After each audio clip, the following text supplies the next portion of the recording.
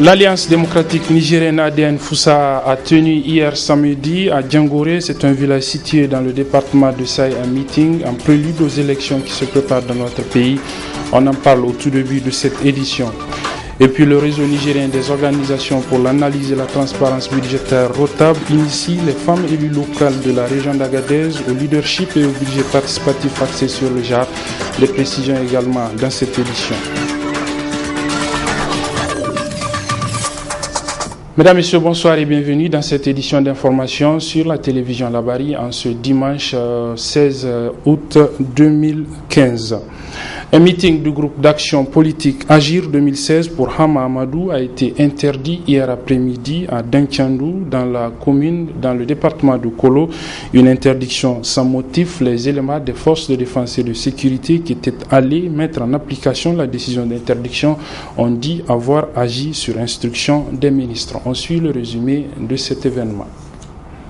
Le groupe d'action politique Agir 2016 pour Hama Amadou voulait, juste comme il a débuté depuis sa création, aller à la rencontre des militants du parti au niveau de la localité de Danchandou ce samedi après-midi. Mais selon les premiers militants qui se sont mobilisés, à 10h du matin déjà, des éléments de la garde et de la gendarmerie nationale ont été déployés sur le lieu où devait se tenir le meeting, bien avant l'envoi de la décision manuscrite d'interdiction du maire de la commune de Danchandou. Lorsque les responsables du groupe Agir 2016 pour Hama Amadou sont arrivés et devant le constat, il a été demandé aux militants de se replier à la devanture du siège de la coordination communale. Même là, le gendarme responsable opposa une fin de non-recevoir pour la tenue de la manifestation. Il a indiqué agir sur ordre du ministre. Vous voyez derrière nous, aujourd'hui, c'est un gendarme qui est en train d'enlever la pancarte du siège de Lumana à Danchandou. De toutes les façons, ce dont nous sommes sûrs, et on l'a dit lorsque le président de la République avait fait son adresse à l'occasion de la fête de l'indépendance, tout ce qu'il a dit, il n'y croyait pas du tout. Il n'y croyait pas, et vous voyez que même la liberté de la presse n'est pas respectée dans ce pays.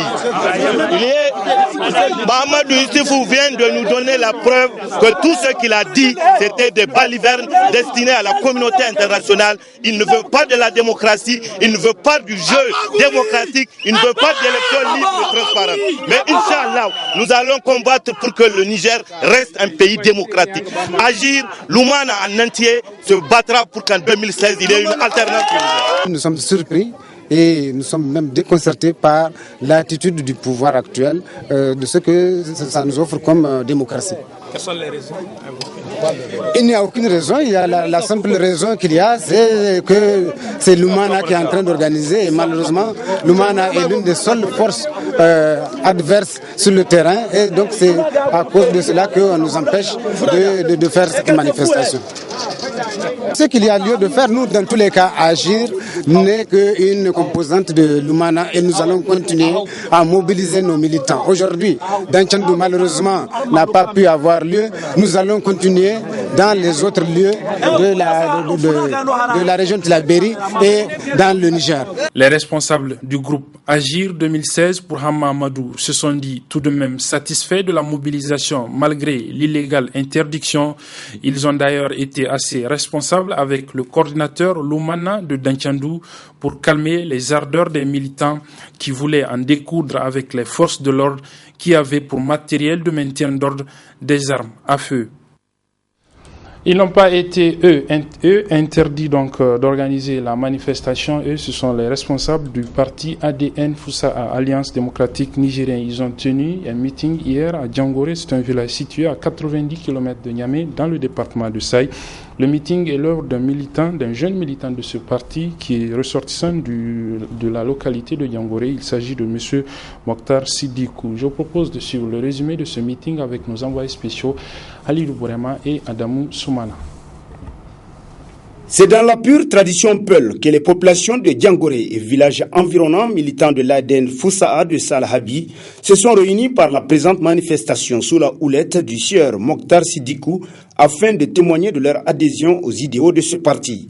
Un rassemblement dont les images parlent d'elles-mêmes et salué par le secrétaire général du bureau politique national, Abdel Nasser Hamidou Dangana, qui a transmis les salutations du président national du parti à ses militantes et militants. Une mobilisation des militants qui a même surpris le premier vice-président de l'ADN Foussa'a, chef de la délégation du bureau politique national, ayant rehaussé de leur présence ce meeting grandissime. C'était une occasion pour nous, sérieusement, d'échanger et de voir et de juger le dynamisme de notre parti, c'est-à-dire dans cette commune, avant de faire des grandes sorties. Pour une première sortie, en toute sincérité, je peux penser que c'est positif.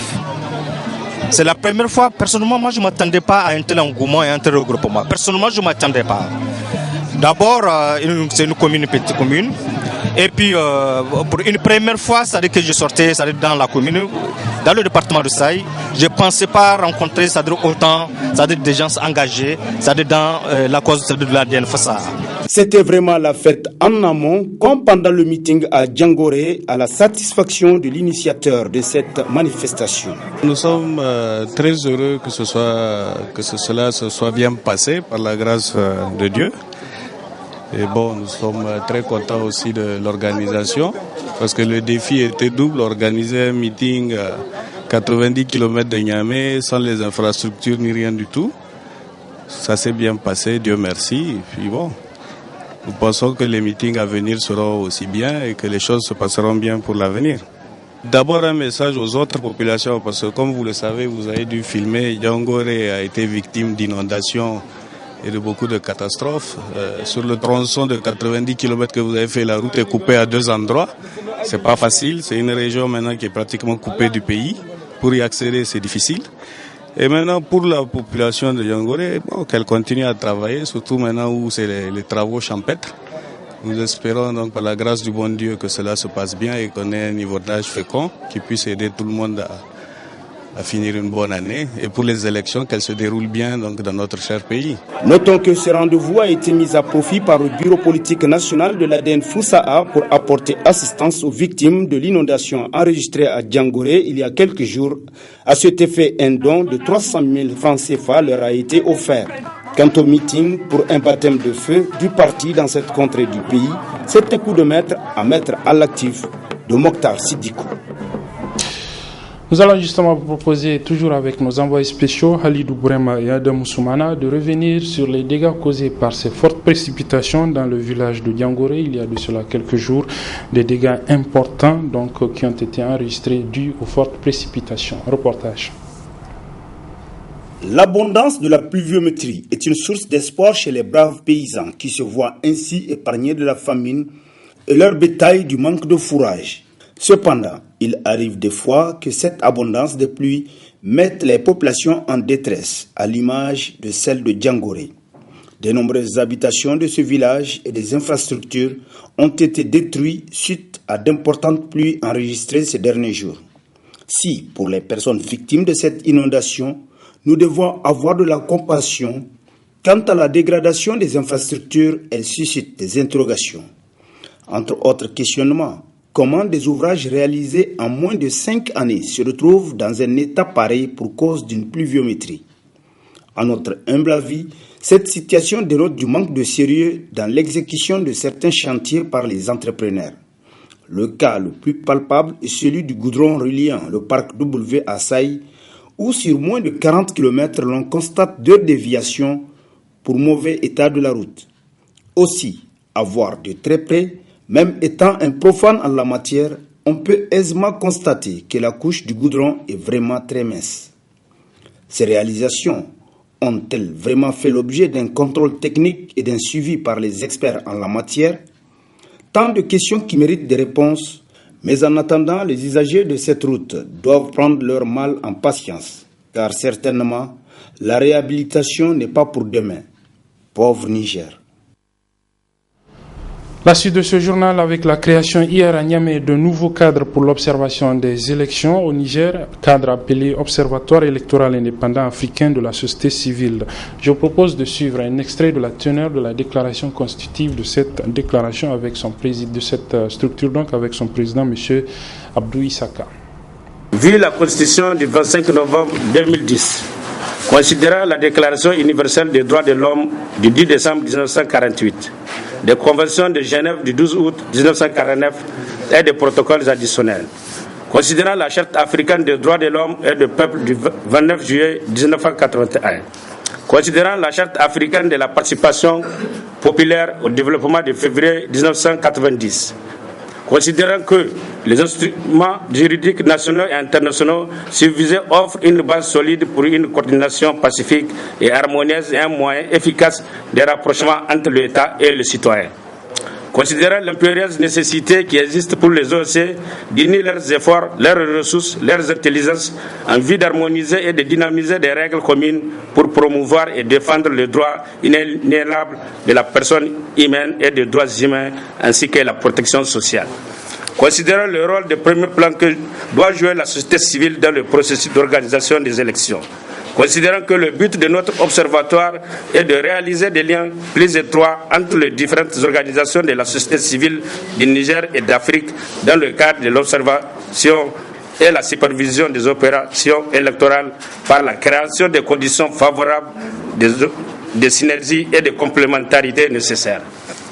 Considérant la tenue des élections générales au Bénin, au Burkina Faso, en Guinée-Conakry, au Niger, etc., nous, les structures de la société civile, signataires de la présente déclaration, 1. Annonçons la création d'un observatoire des élections dénommé Observatoire électoral indépendant africain de la société civile OC, c'est 15 août 2015. 2. Lançons un appel à toutes les organisations poursuivant le même but de nous rejoindre pour des élections libres, transparentes et équitables, gage de l'ancrage de la démocratie en Afrique en général et au Niger en particulier.